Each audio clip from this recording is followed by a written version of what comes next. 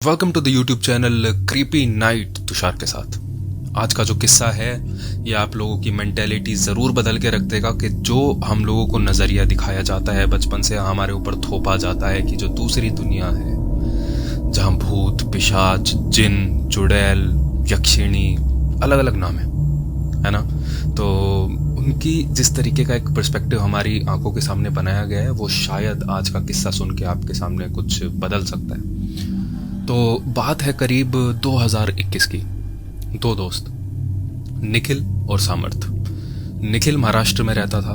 निखिल की उम्र 24 साल और सामर्थ दिल्ली में रहता था। सामर्थ की उम्र 25 साल। दोनों अपना आम जीवन बिता रहे थे। जिस तरीके का आम जीवन लड़कों का रहता है शहरों में कि कमा नहीं रहे थे, दोनों अपनी पढ़ाई वगैरह कंप्लीट करके घर पर ही बैठे थे।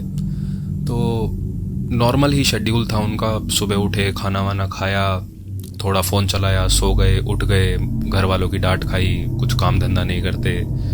ये बेसिकली उनका शेड्यूल चल रहा था। शाम होते ही दोस्तों के साथ बाहर निकल जाना और ये सब। दोनों दोस्त थे, ऑनलाइन दोस्त बने थे। एक गेम में मिले थे दोनों। गेम का नाम मैं लेना नहीं चाहूँगा यहाँ। निखिल महाराष्ट्र से 24 साल का, सामर्थ दिल्ली से 25 साल का। दोनों डिसाइड करते हैं एक दिन बैठ के कि इस पैटर्न को थोड़ा सा तोड़ना चाहिए। ये जो घर की डांट खानी, रोज़ घर का फ्री का खाना खाना, बिना मेहनत का माँ बाप की डांट खानी और उनकी एक्सपेक्टेशन पे ना उतर पाना, तो इस पैटर्न को तोड़ते हैं और कहीं पे चलते हैं। क्योंकि पैसे तो इतने नहीं थे इन लोगों के पास, फाइनेंशियली अच्छे थे, अच्छे बैकग्राउंड से बिलोंग करते थे। डिसाइड करते हैं कि ज़्यादा पैसे नहीं लगाएंगे इस ट्रिप पे। दोनों मिलने का प्लान करते हैं कि कहीं चलते हैं किसी पहाड़ी इलाके में और वहाँ कैंप करेंगे, ट्रैकिंग करेंगे। ट्रैकिंग तो उनकी पॉसिबल नहीं हो पाई, बट कैंपिंग के लिए ज़रूर गए वो। अपना एक जो कहते हैं उसे कंफर्ट जोन अपना तोड़ा उन्होंने और डिसाइड किया। तो ट्रेन से बैठा निखिल एक दिन पहले, और क्योंकि दिल्ली के पास है उत्तराखंड की बात है ये, उत्तराखंड में कैंपिंग के लिए इन्होंने डिसाइड की थी कोई लोकेशन, तो उस तरफ के लिए निकल जाते हैं। निखिल पहले बैठता है ट्रेन में और सामर्थ बाद में बैठता है, क्योंकि सामर्थ दिल्ली में रहता था तो उससे पास है उत्तराखंड। ये बात है करीब महीने अक्टूबर से नवंबर के बीच की बात है, 2021। 24 घंटे का सफ़र करने के बाद निखिल महाराष्ट्र से पहुंच जाता है सीधा उत्तराखंड, और सामर्थ यहाँ से ट्रेन में तो नहीं, सामर्थ यहाँ से बस में बैठ के पहुंचता है उत्तराखंड। दोनों मिलते हैं। अब डिसाइड होता है कि भाई कैंप लगाना कहाँ पे है, क्योंकि ये लोग कुछ भी प्लान करके नहीं आए थे इस ट्रिप के बारे में। बस अपना बैग पैक करके, सामान वगैरह इकट्ठा करके, टेंट कहाँ लगाना है, आग कैसे जलानी है, पानी कहाँ से इंतज़ाम करना है, खाना क्या बनाना है, शेल्टर क्या होगा, ये सारी चीज़ें इंतज़ाम करके वो आए थे। बट ये प्लान करके नहीं आए थे कि किस जगह पे, किस पर्टिकुलर जगह पे उन लोगों को कैंप लगाना है। दोनों आए, दोनों मिले उत्तराखंड में, हाथों हाथ मिला, क्योंकि पहली बार मिल रहे थे, दोस्त ये ऑनलाइन थे, पहली बार मिल रहे थे तो खुशी थी एक अलग। तो डिसाइड करते हैं कि कोई एक रैंडम जगह पर कैंपिंग करी जाए तो बेटर रहेगा, एक एडवेंचरस थोड़ा सा रहेगा।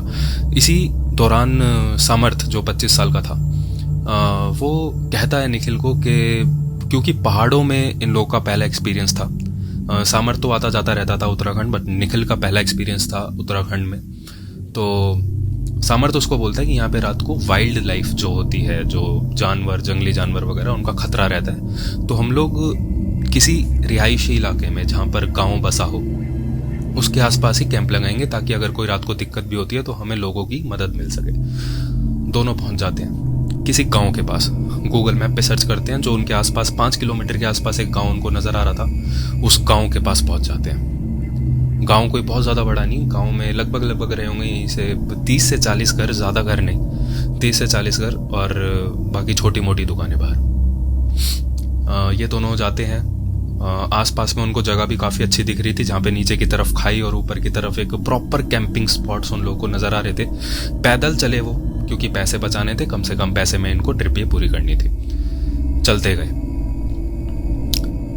जैसे ही ये गाँव के अंदर एंटर होते हैं, वहाँ पे इनको चाय वाला मिलता है। तो इनको लगता है कि यार चाय वाला जो होता है ना किसी भी एरिया का, उस पूरे एरिया की खबर रखता है कि इस एरिया में कौन, कहाँ, कैसे, किस जगह पर क्या चीज़ सही है, क्या चीज़ गलत है। चाय वाले के पास बैठ जाते हैं, 2 चाय पीते हैं। चाय वाले से बात करते हैं कि हम इस तरीके से ऐसे ऐसे दूर दूर से यहाँ आए हैं, हम कैंप लगा के रहना चाहते हैं, तो हम कहाँ रह सकते हैं। कैंप लगाने की बात जब सुनी चाय वाले ने तो थोड़ा सा सोचा। उसने चेतावनी देनी पहली इनको सही समझी। चेतावनी मिली इन दोनों को। सबसे पहले यहाँ पे सबसे बड़ा रेड फ्लैग होता है किसी भी नई जगह पे आप जाते हो, अगर कोई वहाँ का रेजिडेंट आपको बोलता है कि एरिया सही नहीं है बट फिर भी आप वहाँ पे रहते हो, तो एक बहुत बड़ा रेड फ्लैग होता है। चाय वाले ने सबसे पहले इन लोगों को यही चेतावनी दी कि जिस तरीके से आप लोग यहाँ पे कैंप करने आए हो उस तरीके से बहुत लोग आते हैं, लेकिन कभी कभी बहुत लोगों के साथ वो सब चीज़ें हो जाती है जो वो एक्सपेक्ट करके नहीं आते। कोई किसी का एक्सीडेंट, किसी का हाथ पैर टूटना, किसी का मौत की तो बात मेरे को कोई कंफर्म नहीं है कि कोई मरता है नहीं मरता है, लेकिन हाँ कुछ ना कुछ ज़रूर होता है। कोई मनुष्य ज़रूर फैलती है उन लोगों के साथ जो बाहर दूसरी जगह से आके वहाँ पर कैंप करते हैं। इस तरीके की बात चाय वाले ने उनसे कही। यहाँ पे थोड़ा सा सामर्थ चौकन्ना हो गया था। सामर्थ ने निखिल को बोला कि यार थोड़ा सा करते हैं हिसाब किताब, यहाँ से दूर चलते हैं। बट वहीं निखिल ने सामर्थ को बोला कि भाई देख, शाम हो चुकी है, सूरज ढलने वाला है, अगर हम लोगों ने यहाँ पे कैंप नहीं लगाया पैदल जाना पड़ेगा, बस भी कोई नहीं मिलने वाली। एकदम बीच पहाड़ियों में गांव बसा हुआ था ये, तो बस भी कोई नहीं मिलने वाली। अगर पैदल चले तो 100% जंगली जानवर इनको मार देने वाले थे वहाँ पे पहाड़ों में। थोड़ा वाइल्ड लाइफ एरिया, वहाँ का वाइल्ड लाइफ जो है वहाँ की ज़्यादा सक्रिय है। इस तरीके की इन दोनों की बात होती है। समर्थ बोलता है कि यार एक बार फिर से सोच ले। निखिल बोलता है कोई ऑप्शन ही नहीं है भाई, यहीं पे रुकना पड़ेगा। चाय वाले से थोड़ी और बात करते हैं कि कुछ और बताओ, कुछ और बताओ, और क्या करना है और क्या करना है। एक तो चाय वाला बोलता है कि आग हमेशा जला के रखना, सूखी लकड़ियाँ, जो चाय वाला होता है वही उनको सूखी लकड़ियाँ इंतज़ाम करके दे देता है, उसी के पास पड़ी होती है। सर्दी का मौसम चल रहा था तो पहाड़ों में तो बहुत ज़्यादा सर्दी होती है। अब सूखी लकड़ियाँ पड़ी थी कुछ चाय वाले के पास, तो उसी ने उनको दे दी। तो यहाँ से थोड़ा हेल्प हो गई इन लोगों की। और इसने बोला कि पूरी रात जब तक सूरज नहीं उग जाता आग जलती रहनी चाहिए, ठीक है। जंगली जानवरों के डर से, भूत पिशाच का कोई वो कुछ नहीं कह रहा था यहाँ पे। जंगली जानवरों की वजह से आग से डरते हैं जंगली जानवर। अब कैंप लगा लेते हैं ये दोनों, निखिल और सामर्थ दोनों कैंप लगा लेते हैं। रात का खाना बनाते हैं। खाने में मैंने आपको शायद बताया नहीं अभी, तो खाने पे ये ज़्यादा खर्च करना नहीं चाहते थे पैसा, तो ये अपने घर से ही प्याज, टमाटर, चाकू, ये सब चीज़ें लेके आए थे, छोटा मोटा सामान। और अंडे ये लोग लेके आए थे घर से।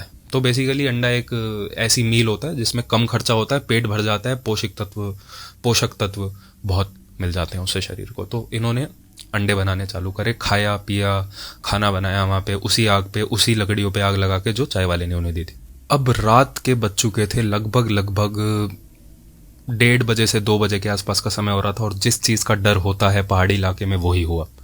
अजीब तरीके की आवाज़ें आनी चालू हुई, यानी कि जंगली जानवरों की। भेड़ियों की आवाज़ हो सकती है, वो किसी की भी आवाज़ हो सकती है। आवाज़ का कोई इतना क्लैरिफिकेशन है नहीं मेरे को इस सिचुएशन से रिलेटेड, बट जंगली जानवरों की आवाज़ थी। तो सामर्थ यहाँ पे क्योंकि कम ट्रैवल करके आया था निखिल से, तो निखिल तो थक के सो चुका था। सामर्थ को यहाँ पे नींद नहीं आ रही थी। रात के बज रहे थे 1:30। अब हुआ क्या, एक और यहाँ पर गलत चीज़ हुई जो नहीं होनी चाहिए। एक ठंड का मौसम, ऊपर से सोने पर सुहागा कि वहाँ पर बारिश चालू हो जाती है रात के 1:30 बजे के आसपास। इतने में ही सामर्थ को नींद नहीं आ रही थी। सामर्थ सोच भी रहा था निखिल को उठा दूं, क्योंकि उसको डर भी लग रहा था यहाँ पे जंगली जानवरों की आवाज़ सुन के कि भाई अगर कोई जंगली जानवर का यहाँ पे अटैक हो जाता है कैंप के ऊपर तो दिक्कत हो सकती है। बट उसने सोचा यार निखिल थक हार के एक दिन का ट्रैवल करके महाराष्ट्र से यहाँ आया है तो उसको सोने देता हूँ, कोई बात नहीं। इतने में ही क्या होता है कि उसको हल्की हल्की लाइट अपने कैंप में से, जो वो कैंप में रह रहे थे, हल्की हल्की लाइट ऐसे नज़र आती है। महसूस होता है कि एक गाड़ी रुकी है उनसे करीब करीब 50 मीटर दूर, 40 से 50 मीटर की दूरी पर रुकी है। इस वक्त समय हो चुका था जब ये गाड़ी वाला इंसिडेंट हुआ, तो लगभग 2 या 2:30 के बीच का समय हो रहा था। 2 बजे से 2:30 बजे के बीच का समय हो रहा था। कैंप के बाहर एक लड़की चलकर आती है, आवाज़ लगाती है अंदर, क्योंकि इन लोगों ने अपने कैंप के अंदर एक लाइट जला रखी थी, इसलिए उसको लगता है कि अंदर लड़की थी, उस गाड़ी में सिर्फ लड़की थी, तो वही आती है। बारिश में भीगती भीगती आती है। कपड़े उसके वेस्टर्न थे, उसने शहरी कपड़े पहन रखे थे, 1 पीस पहन रखा था। तो गाड़ी उसकी बेसिकली हो चुकी थी ख़राब। अब वो कैंप के बाहर आके आवाज़ लगाती है कि एक्सक्यूज़ मी, कोई है, किसी को गाड़ी सही करनी आती है, मेरी गाड़ी ख़राब हो गई है। इस तरीके की आवाज़ लगाती है। सामर्थ अपने कैंप की चेन खोलता है, बाहर देखता है कौन है, तो लड़की थी। लड़की का चेहरा कोई साफ नज़र आ नहीं रहा था। चाय वाले की उसको बात याद आती है। चाय वाले ने ये चीज़ बोली थी इन लोगों को कि कोई भी मदद मांगने आए या कोई भी तुम्हारा नाम लेके पुकारे तुम्हें कैंप के बाहर, किसी से भी बात करने की ज़रूरत नहीं है। बट सामर्थ और निखिल यहाँ पर समझ सकते हो आप, शहरी दो लड़के, शहर में रहने वाले, वो इन सब चीज़ों में इतना मानते नहीं थे। गाड़ी आके रुकी, किसी लड़की की आवाज़ आई, मदद मांग रही है, तो सामर्थ ने कैंप की चेन खोली और उससे बात करना सही समझा। सामर्थ उससे बात कर रहा है कि गाड़ी आपकी कैसे ख़राब होगी, कहाँ ख़राब होगी, कौन सी गाड़ी है। नहीं, मेरे को गाड़ी का इतना नॉलेज नहीं है, मैं सही नहीं कर सकता गाड़ी, सॉरी। अब बारिश हो रही थी तो लड़की को क्या ही बोले, तो उसने उसको शेल्टर ऑफ़र किया। सबसे पहले उसने सोचा निखिल को उठाऊं या नहीं उठाऊं, फिर उसने उठा लिया था शायद निखिल को, और निखिल ने भी यही सजेस्ट किया था जो सामर्थ ने किया, कि सामर्थ ने बोला मेरे पास एक एक्स्ट्रा कैंप पड़ा है। तो उसने लड़की को ऑफ़र किया कि आप इस कैंप में रात को अपनी रात गुजार सकते हो। तो कैंप लगा दिया गया उस लड़की के लिए, और लड़की उस कैंप के अंदर एडजस्ट हो गई। यानी कि बारिश से भी बचाव हो गया, खाने पीने का भी इंतज़ाम हो गया। खाने पीने से रिलेटेड एक बात मेरे को याद आई, जो मेरे को स्टोरी में बताया गया था यहाँ पे, जिसके साथ ये हुआ था, वो बताता हूँ मैं आपको। अब यहाँ पे हुआ गया, रात को जब लड़की अपने कैंप के अंदर एडजस्ट हो गई, समर्थ ने सोचा यार इसको भूख भी लगी होगी, तो उसने उसको रात को जो ऑमलेट्स बनाई थी उसमें से एक ऑमलेट बची थी कंटेनर में, तो वो कंटेनर उसने उस लड़की को ऑफ़र किया कि इसमें एक ऑमलेट है, अगर आपको भूख लगे तो खा लो। अब लड़की की तरफ से यहाँ एक वियर्ड रिप्लाई आया, मैं ये खाना नहीं खाती। आम बात थी, सामर्थ ने इस पर ज़्यादा ध्यान दिया नहीं। सामर्थ को लगा ये शायद नॉन वेजिटेरियन नहीं खाती होगी, राइट। अब सामर्थ निखिल के पास गया, निखिल को बताया कि ऐसे ऐसे हुआ, वो मना कर रही है, नहीं खाएगी। निखिल ने बोला मेरे पास कुछ वेफर्स पड़े हैं, नमकीन पड़ी है, बिस्किट्स पड़े हैं और वेफर्स पड़े हैं, तो तू ये ऑफ़र कर दे उसको, अगर उसको खाना होगा तो खा लेगी, और वापस कैंप में आ जा फटाफट। गया सामर्थ, लड़की को बोला आप ये खा सकते हो। लड़की का दोबारा वही रिप्लाई, मैं ये सब नहीं खाती। सामर्थ को ये भी नॉर्मल लगा। सामर्थ को लगा कि शायद जिम वगैरह जाती होगी और डाइट पे अपना थोड़ा फोकस रखती होगी, इसलिए नहीं खाती, ये भी एक कारण हो सकता था। तो सामर्थ ने इस चीज़ पे ज़्यादा ध्यान नहीं दिया और वापस अपने कैंप में आके सो गया। निखिल तब तक सो चुका था, तो निखिल को उसने बताया नहीं कि उसने वेफर्स, बिस्किट्स, नमकीन खाने के लिए भी मना कर दिया है। अब यहाँ पे सीन ऐसा है, बारिश हो रही है, दो अलग अलग कैंप लग चुके हैं, एक में वो लड़की है, एक में निखिल और सामर्थ सो रहे हैं, और 50 से 60 मीटर की दूरी पर वो गाड़ी खड़ी है जिसकी हेडलाइट अभी भी ऑन है। हेडलाइट अभी भी ऑन है उसकी। गाड़ी हो चुकी है ख़राब, और ऊपर से बारिश का गिरना। बारिश का गिरना जब चालू हुआ तो थोड़ा वाइल्ड लाइफ की जो आवाज़ थी वो आनी कम हो गई थी, लेकिन अभी भी शायद सियार रो रहे थे काफ़ी दूर, तो उनका वो जो रोने की आवाज़ होती है वो अभी भी आ रही थी। अभी जितना भी सिलसिला हो रहा था, ये लड़की की गाड़ी ख़राब होना, लड़की का इनसे मदद मांगना, ये सब हो रहा था लगभग 2:30 बजे के आसपास। वक्त हो गया था 3 बजे के आसपास या पौने 3 बजे के आसपास। लड़की अपने कैंप में थी, ये दोनों अपने कैंप में सो रहे थे। सामर्थ को नींद नहीं आ रही थी, निखिल सो चुका था। होता क्या है, 3 बजे के आसपास सामर्थ को अपने कैंप के बाहर से किसी के चलने की आवाज़ आती है। लाइट गाड़ी की ऑन थी, तो वो गाड़ी की जो लाइट आ रही थी कैंप पे वो भी रिफ्लेक्ट हो रही थी। सामर्थ वैसे ही डरा हुआ था, नींद उसको आ नहीं रही थी। तो सामर्थ को अचानक से बाहर से आवाज़ आनी चालू होती है कि सामर्थ सामर्थ, लड़की की आवाज़। वो उसको लगता है अब लड़की को कोई प्रॉब्लम है और यहाँ पे उसकी फट चुकी थी, यार कोई दिक्कत तो नहीं हो जाएगी। अब लड़की सामर्थ को बाहर से आवाज़ लगा के बोलती है कैंप के कि मेरे को अपने कैंप में नींद नहीं आ रही। तो सामर्थ निखिल को उठाता है, निखिल को बोलता है कि भाई ऐसी ऐसी प्रॉब्लम हो रही है। तो निखिल नींद में था, अपनी नींद ख़राब करना नहीं चाह रहा था, तो निखिल भी ये चीज़ सजेस्ट करता है सामर्थ को और उस लड़की को कि आज रात के लिए आप हमारे कैंप में सो जाओ, हमें कोई दिक्कत नहीं, क्योंकि उनका जो कैंप था काफ़ी बड़ा था, 4 लोगों की कैपेसिटी थी उसमें। तो हुआ गया कि निखिल एक साइड, सामर्थ एक साइड, बीच में तकियों की लाइन बना दी गई थी। तकिए कौन से कैंप में यूज़ होते हैं जिसमें हवा भरी जाती है, वो तकियों की एक लाइन बना दी गई थी, और एक तरफ वो जो लड़की थी वो अपना एक तरफ एडजस्ट हो गए लेट गई थी सोने के लिए। अब हुआ क्या कि सामर्थ को यहाँ पे महसूस होता है कि यार आंख तो मेरी खुली चुकी है, तो मेरे को टॉयलेट जाना है, मैं होके आता हूँ। सामर्थ दोबारा चेन ओपन करता है टेंट की, लड़की को बोलता है मैं टॉयलेट होके आता हूँ, आप तब तक कोई दिक्कत हो तो निखिल को बोल देना। सामर्थ यहाँ पे निकल जाता है टॉयलेट करने। अब सामर्थ को लगते हैं लगभग 2 से 3 मिनट। सामर्थ वापस अपने कैंप की तरफ आ रहा होता है। अब न जाने कहाँ से 2 जंगली कुत्ते, एक काले रंग का और एक भूरे रंग का, ये सामर्थ के पीछे पीछे उसके कैंप तक चल के आते हैं। अब सामर्थ को वैसे कुत्तों से इतना डर लगता नहीं था, बट ये जो कुत्ते थे ये जंगली कुत्ते थे, तो कुत्तों का नॉर्मली स्वभाव ये होता है कि वो फ्रेंडली रहते हैं इंसानों के साथ, उनको ज़्यादा खतरा पहुंचाने की कोई डेंजर वाली बात नहीं होती। तो अपने कैंप तक आया सामर्थ, तब तक सब नॉर्मल था। सामर्थ ने दोबारा चेन खोली अपने कैंप की अंदर जाने के लिए। तो कुत्ते, एक अटैकिंग पोजीशन होती है कुत्तों की, उस अटैकिंग पोजीशन में आके वो भौंकने लगे कैंप की तरफ देख के। अब यहाँ पे सामर्थ की भी सिट्टी पिट्टी गुल होगी, सामर्थ को लगा यार ये लोग मेरे पे अटैक करने वाले, और निखिल की नींद अचानक से खुली। वो जो गहरी नींद में सो रहा था निखिल, उसकी भी फटी, निखिल की भी फट गई और सामर्थ की भी फटने लगी यहाँ पे कि भाई ये अटैक तो नहीं कर रहे हमारे ऊपर, लाइक इंसानों को देख के। इतना हुआ। अब यहाँ पे एक चीज़ गौर करने वाली थी कि सामर्थ जो कुत्तों से नहीं डरता था उसकी भी फटने लगी। वो जो कुत्तों का भौंकना सुन के, जो जंगली कुत्ते अलग तरीके से भौंकते हैं, उनका जो भौंकना था वो सुन के सामर्थ की फटने लगी। निखिल अपनी नींद से उठ चुका था, उसकी फटी। यार अगर इन लोगों ने हम अपने पे अटैक कर दिया दिक्कत हो जाएगी।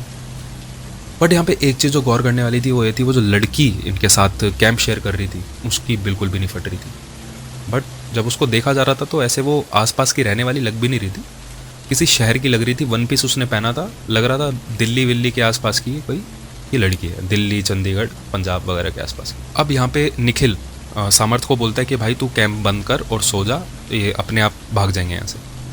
बट सामर्थ बंद कर देता है, निखिल वहाँ पे लेट जाता है सोने के लिए और सामर्थ भी लेट जाता है सोने के लिए, और वो लाइट को कर देता है डिम, जो कैंप के अंदर लाइट लगी थी सोने के लिए, कि ज़्यादा लाइट आएगी तो नींद नहीं आएगी। अब होता क्या है कि सामर्थ जिसकी फट रही थी कुत्तों से, उसको नींद नहीं आती, 3:30 पौने 4 बजे तक उसको नींद नहीं आती। और यहाँ पे एक गौर करने वाली बात ये थी, जो लड़की है, जब निखिल और सामर्थ लेट गए थे सोने के लिए तब वो लड़की नहीं लेटी, वो दोनों लेट चुके थे, और वो लड़की 5 मिनट हो गए 10 मिनट हो गए वो लड़की सोने के लिए नहीं लेटी। अब हुआ क्या, क्योंकि लाइट वो डिम कर चुका था, यानी कि कैंप के अंदर की जो लाइट है वो बहुत कम हो चुकी थी, क्योंकि सामर्थ ने वो लाइट को डिम कर दिया था सोने के लिए। अब सामर्थ को हल्का हल्का नज़र आ रहा था, वो जो लड़की 5 मिनट के लिए बैठी थी वो डायरेक्टली जो कैंप का गेट है, ओपनिंग गेट था, उसके ऊपर लगातार देखे जा रही है। 5 मिनट हुए, 10 मिनट हुए, अचानक से कुत्तों का भौंकना बंद, बिल्कुल बंद। अब यहाँ पे एक हल्की सी स्माइल आती है लड़की के चेहरे पे, वो जो क्लेवर स्माइल होती है तिरछे वाली, वो स्माइल आती है लड़की के चेहरे पे। तो सामर्थ को अच्छे से नहीं दिख रहा था क्योंकि लाइट वो डिम कर चुका था, बहुत ही ज़्यादा डिम कर चुका था, और ज़्यादा ध्यान नहीं दिया सामर्थ ने इस बात पे। लड़की वहाँ पे अपना आराम से लेट के सो जाती है। डर के मारे सामर्थ को ज़्यादा नींद नहीं आ रही थी, वक्त हो चुका था करीब 4:30 बजे के आसपास। सामर्थ को नींद आनी चालू होती है 4:30 बजे के आसपास, सामर्थ सो जाता है। निखिल सो रहा है, सामर्थ सो रहा है, लड़की का किसी को होता पता नहीं है, सो रही है नहीं सो रही है, जो कर रही है करे, फ़र्क नहीं पड़ता। सुबह होती है, सुबह आँख खुलती है निखिल की सबसे पहले 7 बजे के आसपास, सुबह 7 बजे के आसपास। सामर्थ को उठाता है, सामर्थ से पूछता है निखिल भाई वो लड़की कहाँ गई। आम सी बात है, हर हॉरर स्टोरी में होता है कि लड़की वहाँ से गायब थी। कैंप का गेट खोला जाता है, बाहर जाता है सामर्थ, अंगड़ाई लेता है, ऐसे करके अंगड़ाई लेता है, गाड़ी की तरफ उसकी नज़र जाती है, गाड़ी वहाँ पे नहीं थी। लड़की की सैंडल जो कैंप के बाहर थी नहीं थी, जो दूसरा कैंप उन्होंने लड़की को लगा के दिया था रहने के लिए नहीं था, मतलब कैंप था, कैंप के अंदर लड़की नहीं थी, इस तरीके से। अब होता क्या है, निखिल को अपने तकिए के पास एक सफ़ेद कलर का पेपर फोल्ड किया हुआ, 2 बार फोल्ड हुआ था, एक बार ऐसा और एक बार ऐसा, 2 बार फोल्ड हुआ था, वो रखा था। अब वो सामर्थ से पूछता है सामर्थ पेपर दे रहा है, सामर्थ बोलता है नहीं मेरा नहीं है। तो निखिल बोलता है कि शायद लड़की का रह गया होगा, मेरा भी नहीं है। खोल के देखता है उसको, वाइट कलर का पेपर था पूरा, इस तरफ से पूरा ब्लैंक और इस तरफ से भी पूरा ब्लैंक। सामर्थ यहाँ पे निखिल को कहता है यार छोड़, ऐसे ही रह गया होगा उसका, लड़की का, फेंक दे इसको, बाहर फेंक दे। निखिल क्या करता है, फोल्ड करता है उसको वापस और ऐसे जो कैंप का मेन गेट होता है उसको ऐसे करके बाहर फेंक देता है। अब होता क्या है, निखिल और सामर्थ दोनों बाहर निकलते हैं, कैंप के बाहर निकलते हैं, अंगड़ाई वगैरह लेते हैं, उन्होंने जो कूड़ा वगैरह फैलाया होता है अपने कैंप के आसपास उसको साफ करते हैं, समेटते हैं, एक पन्नी में डालते हैं, गांठ लगाते हैं, साइड में रखते हैं। लड़की के बारे में ज़्यादा क्यूरियोसिटी किसी के मन में थी नहीं कि कहाँ गई, कैसे गई, बिना बताए गई, कौन थी, कहाँ से आई थी, कुछ कोई क्यूरियोसिटी नहीं थी। उनको बस अपना एक फ़र्ज़ लगा था रात को कि एक लड़की है मुसीबत में है, उसकी हेल्प करनी चाहिए, उसकी हेल्प करी और बस वो चली गई। इस तरीके से लग रहा था दोनों को। अभी क्या होता है कि निखिल यहाँ पे सजेस्ट करता है सामर्थ को कि चल भाई अपन चलते हैं चाय पी के आते हैं। चाय पीने जाते हैं चाय वाले के पास दोबारा। सामर्थ्य को पता नहीं क्या होता है, सामर्थ्य को रात से डाउट हो रहा था उस लड़की पे, तो उसका मन करता है कि एक बार चाय वाले को बताया जाए कि रात को उसके साथ क्या क्या हुआ, उन दोनों के साथ, निखिल और सामर्थ्य के साथ क्या क्या हुआ। सामर्थ्य बताना चालू करता है चाय वाले को, इस तरीके से लड़की आई रही, पहले हमने उसको कैंप दिया दूसरा, फिर वो हमारे कैंप में आई, 2 कुत्ते आए, भौंकने लगे, कुत्तों का भौंकना बंद हुआ, सुबह उठे और लड़की गायब। चाय वाले की ये बात सुनते ही ना फट के 4 हो जाती है। चाय वाला उनके मुंह पे ये चीज़ बोलता है कि मेरे को ये चीज़ समझ में नहीं आ रही, तुम लोग जिंदा कैसे हो। यहाँ पे सामर्थ्य बोलता है मतलब, चाय वाला ये बोलता है सामर्थ्य को, मैंने कल तुम लोग को जानबूझ के ये चीज़ बोली थी, कोई मदद मांगने आए, कोई तुम्हारा नाम लेके पुकारे, मदद मत करना, खोलना मत अपना कैंप, कैंप से बाहर मत निकलना, अंदर ही सोना। सामर्थ्य बोलता है लेकिन लड़की मदद मांग रही थी तो यार देनी पड़ेगी ना, ऐसे मना कैसे कर सकते। तभी यहाँ पे सामर्थ्य को एक चीज़ हिट होती है कि रात को 3 बजे जब वो लड़की दोबारा आई थी अपने कैंप से निकल के और बोल रही थी मेरे को नींद नहीं आ रही, जब इन्होंने लड़की को अपने कैंप में बुलाया था, तो लड़की ने सामर्थ्य का नाम लेके सामर्थ्य को बुलाया था कैंप के बाहर से। लेकिन सामर्थ्य ने पूरी रात, और निखिल ने भी, अपना नाम नहीं बताया था उस लड़की को कि मेरा नाम सामर्थ्य है, मेरा नाम निखिल है, हाय आपका नाम क्या है। ऐसा कुछ भी नहीं हुआ था, किसी ने कोई अपना नाम नहीं बताया था किसी को, ना लड़की ने लड़कों को, ना लड़कों ने लड़की को। बट फिर भी लड़की ने सामर्थ्य का नाम लेके उसको बुलाया था कैंप के बाहर के, सामर्थ्य मेरे को नींद नहीं आ रही। और फिर सामर्थ्य ने निखिल से पूछा था कि अब क्या करना है। यहाँ पे सामर्थ्य की हट गई, हिल गई पूरी। अब यहाँ पे सामर्थ्य को इतना ज़्यादा टेंशन में देख के निखिल ने बोला अबे कोई बात नहीं है, वो होगा, नॉर्मल है यार, ऐसे कोई बात नहीं है, अपने को कोई दिक्कत नहीं हुई ना, अपने को कोई नुकसान नहीं पहुंचा ना, तो कोई दिक्कत नहीं है, छोड़, क्यों सोच रहे इस बारे में।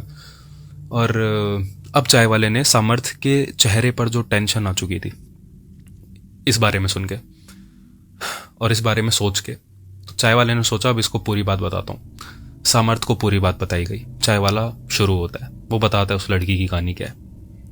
उस लड़की की कहानी ये है कि 2020 में, 1 साल पहले की बात है बस, 2021 में लोग कैंप पे गए थे और 2020 का इंसिडेंट है उस लड़की का।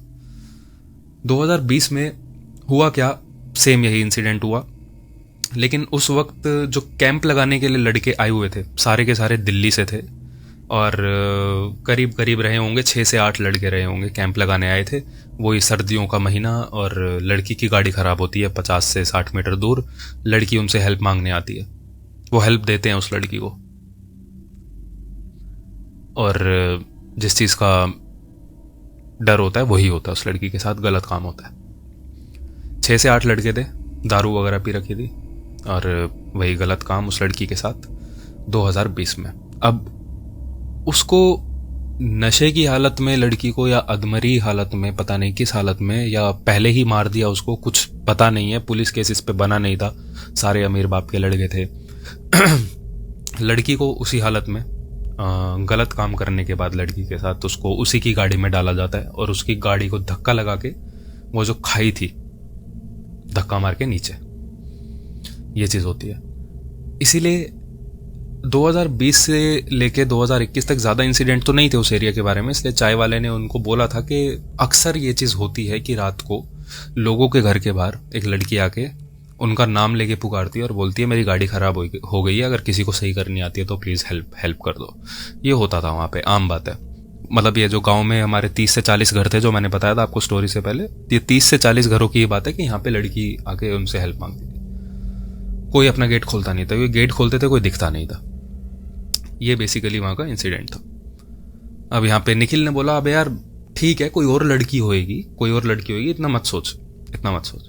अब ये लोग वापस आते हैं। अब इनका प्लान ये था निखिल का और सामर्थ्य का कि हम एक जगह पे एक रात से ज़्यादा नहीं रुकेंगे। अब अपना सारा कैंप वैम्प सारा पैक करके बैग में डाल के और वहाँ से आगे जाने का प्लान करते हैं, आगे 5 किलोमीटर 10 किलोमीटर आगे दूसरी कैंपिंग साइट पे।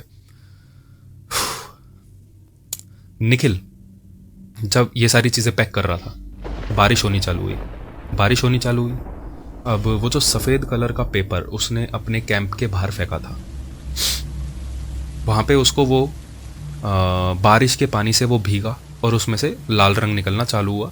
निखिल ने पहले इग्नोर किया, लेकिन निखिल की नज़र हरी घास पे पड़ा हुआ वो जो सफ़ेद पेपर था उस पर लाल रंग अगर आप डालोगे तो वो साफ साफ दिखेगा, उस पर पड़ी। निखिल ने उठाया उस पेपर को, खोला और पढ़ा। उसमें लिखा था थैंक्स अ लॉट। काश आपके माँ बाप की तरह सबके माँ बाप अपने लड़कों को इसी तरीके की परवरिश देते। यहां पर था वो प्लॉट ट्विस्ट सामर्थ के लिए, जब ये चीज क्लियर हो चुकी थी, इंसान तो वो नहीं थी। ये जो एक्सपीरियंस था, ये जो एडवेंचर वो लोग जीने आए थे, अपना अपना घर छोड़ के, अपना कंफर्ट जोन छोड़ के, अपना ये जो एक्सपीरियंस लेने आए थे, कैंप लगा के बाहर रहने का, वाइल्ड लाइफ में रहने का, तो वाइल्ड लाइफ तो उन लोगों को देखने के लिए नहीं मिली, पैरानॉर्मल लाइफ ज़रूर मिल गई उन लोगों को देखने के लिए। तो फिलहाल के लिए यही थी आज की कहानी, द क्रीपी नाइट तुषार के साथ में। उम्मीद करता हूँ पसंद आई होगी। कमेंट्स में ज़रूर बता देना किस तरीके की कहानी आपको सुननी पसंद है। वैसे हॉरर मेरे को नरेट करनी ज़्यादा पसंद है, तो हॉरर स्टोरीज़ पर मैं ज़्यादा ध्यान दूंगा। और अगली वीडियो एक और रियल स्टोरी के ऊपर लेके आऊँगा। ये रियल स्टोरी आर्टिकल है इसका गूगल के ऊपर, तभी मैंने नरेट करी। बात है, thanks for watching the video. Like कर दो वीडियो को, शेयर कर दो फ्रेंड्स के साथ, और कमेंट करके ज़रूर बताना कैसी लगी। And wait for my next video. Till then take care, tata, bye bye, peace out, ध्यान रखो।